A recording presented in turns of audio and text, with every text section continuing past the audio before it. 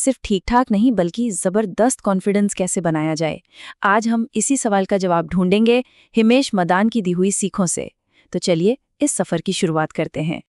तो सबसे पहले ये समझना जरूरी है कि आखिर कॉन्फिडेंस इतना जरूरी है ही क्यों। ये सिर्फ एक अच्छी चीज नहीं है, बल्कि जिंदगी में आगे बढ़ने के लिए एक बेहद जरूरी टूल है।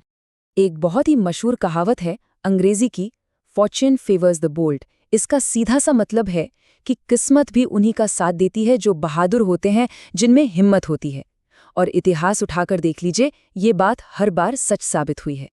अच्छा, इसे एक कहानी से समझते हैं। जरा सोचिए, एक जॉब इंटरव्यू चल रहा है। एक उम्मीदवार है जो पूरे आत्मविश्वास के साथ अपनी बात रखता है और नौकरी उसकी हो जाती है।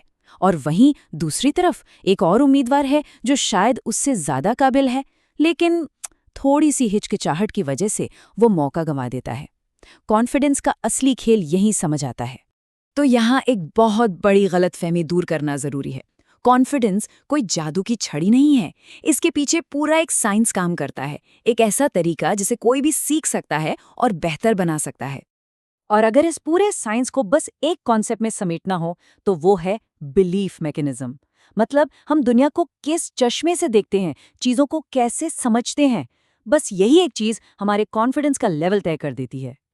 अपने विश्वास को, अपनी बिलीफ को एक मोटी मजबूत रस्सी की तरह सोचिए। अब कोई भी रस्सी एक ही धागे से तो नहीं बनती है ना, वो कई छोटे छोटे पतले पतले धागों से मिलकर बनती है। तो चलिए अब उन छोटे छोटे धागों की बात करते हैं जिनसे मिलकर ये मजबूत रस्सी बनती है। इन्हें हम 5 ईज के नाम से जानेंगे। तो ये रहे वो 5 ई जो हमारे कॉन्फिडेंस की पूरी कहानी लिखते हैं। एक्सपीरियंस यानी हमारे अनुभव, एनवायरनमेंट यानी हमारा माहौल, एजुकेशन यानी हमारी शिक्षा, एम्पावरिंग फिगर्स यानी वो लोग जो हमें प्रभावित करते हैं, और हाँ, आखिर में है ईजी फ्रूट। पहला है एक्सपीरियंस। जैसे मान लीजिए बचपन में क्लास के सामने किसी का मजाक उड़ा, तो वो डर, वो एक्सपीरियंस मन में बैठ जाता है। दूसरा है एनवायरनमेंट। हमारे आसपास के लोग अगर सफल हैं तो हम भी प्रेरित होते हैं।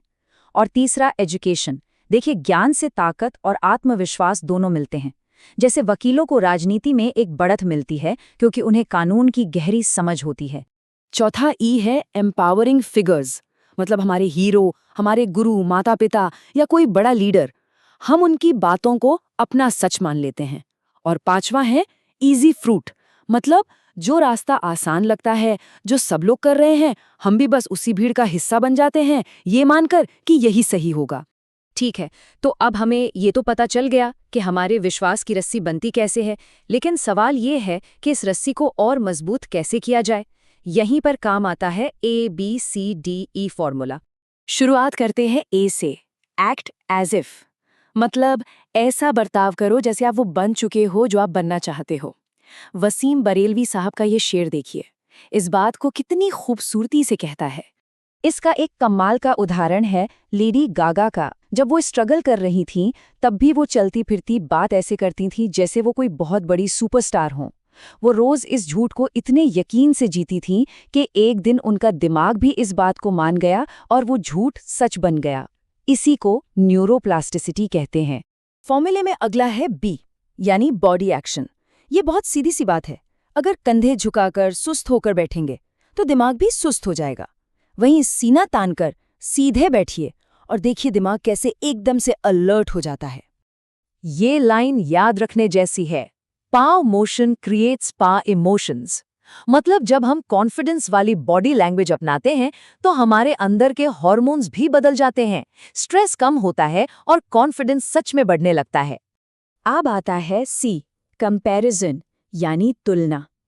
ये आज के जमाने की सबसे बड़ी मुश्किलों में से एक है कि नहीं? सोशल मीडिया पर सबकी चमक दमक देखकर लगता है कि हम ही पीछे रह गए। तो सवाल उठता है कि हमें अपनी तुलना करनी किससे चाहिए? तो इसका जवाब क्या है? बहुत सिंपल पर बहुत पावरफुल। अपनी तुलना किसी और से करनी ही नहीं है, बस अपने आज की तुलना अपने बीते हुए कल से कीजिए। क्या आज हम कल से 1% भी बेहतर हैं? असली रेस तो बस खुद से है। इसके बाद आता है डी, यानी डिबेट। ये डिबेट किसी और से नहीं बल्कि खुद से करनी है। अपने मन में बैठी बातों पर, अपने विश्वासों पर सवाल उठाइए। खुद से पूछिए, क्या ये जो मैं सोचता हूँ ये मेरे लिए सही भी है? खुद से ये भी पूछिए, क्या मैं सच में ऐसा ही हूं या बस माहौल और लोगों की बातों ने मुझे ऐसा बना दिया है? जब ये सवाल जवाब शुरू होते हैं ना, तो दिमाग के कई बंद दरवाजे खुल जाते हैं। और फॉर्मूले का आखिरी और सबसे अहम हिस्सा है ई, यानी एक्सपोज। मतलब खुद को जानबूझकर उन चीजों में डालना जिनसे डर लगता है, जो अनकंफर्टेबल हैं, क्योंकि असली ग्रोथ आराम के दायरे से बाहर कदम रखने पर ही होती है। तो इन सारी बातों का निचोड़ क्या है?